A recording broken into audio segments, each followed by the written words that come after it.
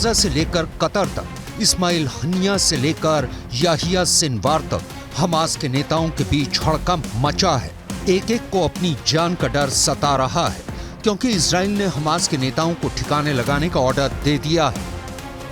Israel के प्रधानमंत्री Benjamin Netanyahu पिछले हफ्ते ही पूरी दुनिया के सामने ताल ठोक कर कह चुके हैं कि उन्होंने अपनी इंटेलिजेंस एजेंसी मोसाद को लिख कर दे दिया है कि हमास का एक भी नेता जिंदा नहीं बचना चाहिए, फिर चाहे वो गाजा में हो या गाजा के बाहर। हमास के नेता दुनिया के किसी भी कोने में छिपे हों, अब मारे जाएंगे।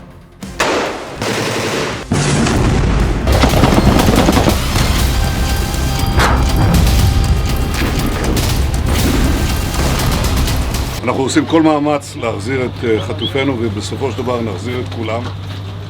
יש לנו 3 יעדים במלחמה הזאת: לחסל את החמאס, להחזיר את כל חטופינו.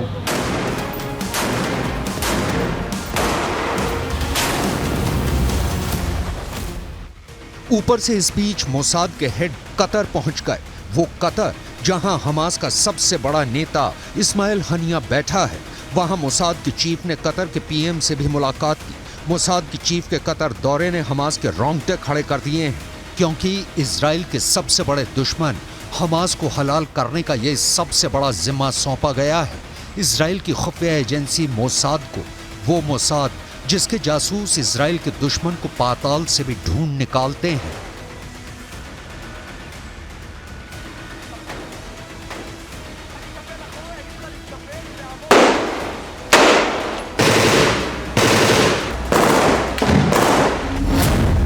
यानी अब इजराइल सीधा हमास के सर, उसके दिमाग पर गोली चलाने की तैयारी कर चुका है, और इजराइल की पहली गोली चलेगी इस्माइल हानिया पर, क्योंकि हमास का दूसरा नाम ही इस्माइल हनिया है। शुरुआत से हमास से जुड़ा हनिया 2017 से हमास का हेड है। आज अगर हमास इजराइल की आंख में आंख डालकर उससे बात कर रहा है तो उसकी वजह हनिया है। हमास की जंग की लड़ने की इस ताकत के पीछे हानिया का बहुत बड़ा हाथ है। हानिया सुन्नी मुसलमान है, मगर इस बात को भुलाकर उसने शिया ईरान से करीबियां बढ़ाकर हमास को हथियार से लेकर ट्रेनिंग और फंड, वो सब कुछ दिलवाया, जिसकी बदौलत हमास 7 अक्टूबर जैसा इजराइल पर अब तक का सबसे बड़ा हमला कर पाया।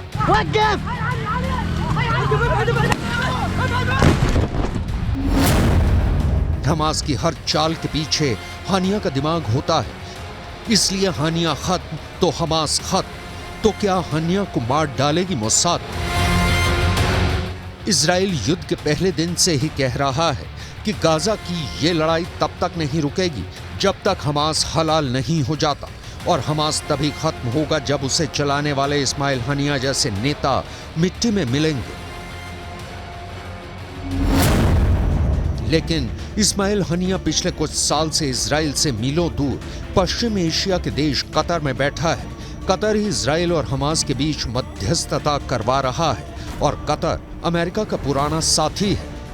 खबर यह भी है कि कतर इजराइल को साफ कह चुका है कि वो उसके यहाँ बैठे हमास के नेताओं पर हमला बर्दाश्त नहीं करेगा, और खुद नेतन्याहू कतर से वादा कर चुके हैं कि इजराइल कतर में कोई ऑपरेशन नहीं करेगा।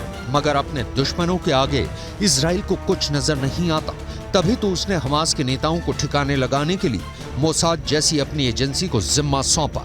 इसी बात से साफ है कि इजराइल के इरादे खूंखार है। मोसाद इजराइल के दुश्मनों को मौत के घाट उतारने के लिए पूरी दुनिया में बदनाम है।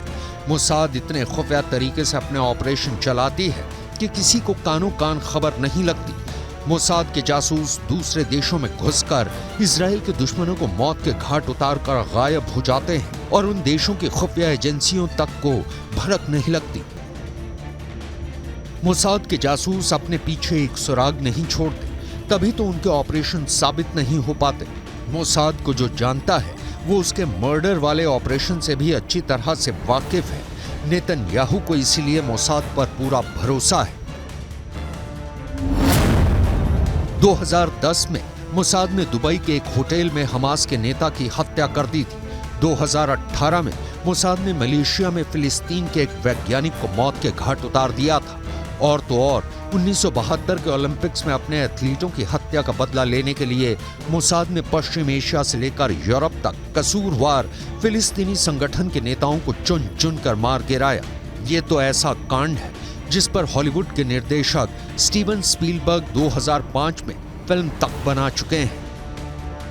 इजराइल के दुश्मनों को चुपके से मौत के घाट उतारने के लिए मोसाद की एक खास यूनिट काम करती है। उसके जासूसों को हथियार से भी जान लेना सिखाया जाता है और हथियारों के बिना भी उन्हें बिजली की रफ्तार से इतनी तेज कार और मोटरसाइकिल चलाने की ट्रेनिंग दी जाती है कि अपने काम को अंजाम देने के बाद वो छू मंतर हो जाते हैं। बात सुनने में किसी एक्शन हॉलीवुड फिल्म की कहानी लगती है, लेकिन मोसाद के काम करने का स्टाइल किसी फिल्म से कम नहीं। –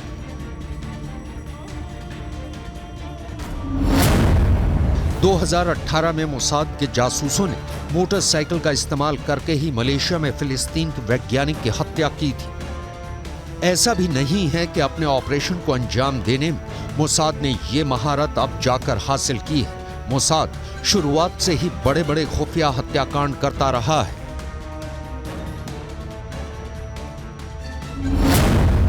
मोसाद की जासूसी की बदौलत ही इजराइल 1967 की जंग में सीरिया से गोलान हाइट्स का इलाका हथिया पाया था और आज भी वहां इजराइल की सेना तैनात है। तब मोसाद ने एली कोहेन नाम के अपने जासूस को सीरिया भेजा था। उस जासूस ने सीरिया की सत्ता में बैठे बड़े बड़े नेताओं से सीरिया की सेना के ऐसे राज उगलवाए कि सीरिया को गोलान हाइट्स गंवाना पड़ा था। इस बार नेतन्याहू का सामना उनके पुराने दुश्मन से है। वो इस्माइल हनिया की रग रग से वाकिफ है, लेकिन हनिया भी जानता है कि मोसाद उसके पीछे है और उसकी एक गलती उसको हमेशा के लिए मौत की नींद सुला देगी।